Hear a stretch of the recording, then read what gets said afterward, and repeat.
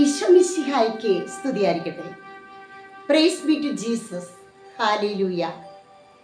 ഇന്ന് നമ്മൾ ധ്യാനിക്കുന്ന അല്ലെങ്കിൽ ഒരു മിന്നലൊളി പോലെ നമ്മുടെ ജീവിതത്തിൽ വന്ന് പതിക്കുന്ന ദൈവവചനം വിശുദ്ധ പൗലോസ് ശ്ലീഹ റോമാക്കാർക്ക് എഴുതിയ ലേഖനം അധ്യായം 12 1 മുതലുള്ള തിരുവചനങ്ങൾ. ക്രിസ്തുവിൽ നവജീവിതം. ആകയാൽ സഹോദരരെ, ദൈവത്തിൻ്റെ കാരുണ്യം അനുസ്മരിച്ചുകൊണ്ട് ഞാൻ നിങ്ങളോട് അപേക്ഷിക്കുന്നു, നിങ്ങളുടെ ശരീരങ്ങളെ വിശുദ്ധവും ദൈവത്തിന് പ്രീതികരവുമായ സജീവ ബലിയായി അർപ്പിക്കുവിൻ. ഇതായിരിക്കണം നിങ്ങളുടെ യഥാർത്ഥമായ ആരാധന. നിങ്ങൾ ഈ ലോകത്തിന് അനുരൂപരാകരുത്, പ്രത്യുത മനസ്സിൻ്റെ നവീകരണം വഴി രൂപാന്തരപ്പെടുവിൻ. അപ്പോൾ വിശുദ്ധവും നിർമ്മലവുമായ ഒരു ആരാധന ശരീരത്തിൽ. പ്രിയപ്പെട്ടവരെ, വിവാഹത്തിന് മുൻപ് തന്നെ ഇന്ന് ശരീരത്തിലെ പാപം ചെയ്ത് എല്ലാ ജഡിക സന്തോഷങ്ങളും അനുഭവിക്കുന്ന ഒരു പ്രവണത കൂടിക്കൂടി വരികയാണ്. വിവാഹത്തിന് മുൻപ് തന്നെ ശരീരത്തിൻ്റെ വിശുദ്ധി, ആത്മാവിൻ്റെ, ഹൃദയത്തിൻ്റെ, മനസ്സിൻ്റെ, ബുദ്ധിയുടെ എല്ലാം വിശുദ്ധി, അതാണ് യഥാർത്ഥമായ ആരാധന. ഈ കാര്യത്തിലെ ഒരുപാട് തെറ്റുപറ്റുന്നുണ്ട്.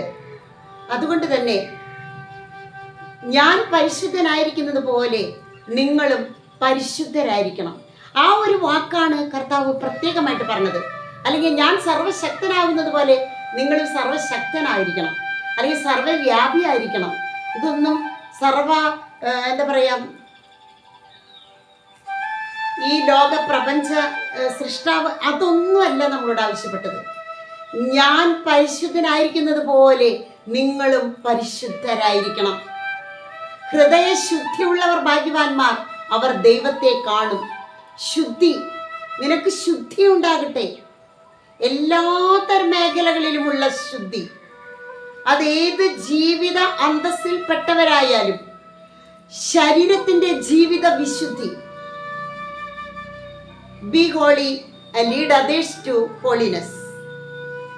വിശുദ്ധി കൂടാതെ ദൈവത്തെ പ്രസാദിപ്പിക്കുക സാധ്യമല്ല.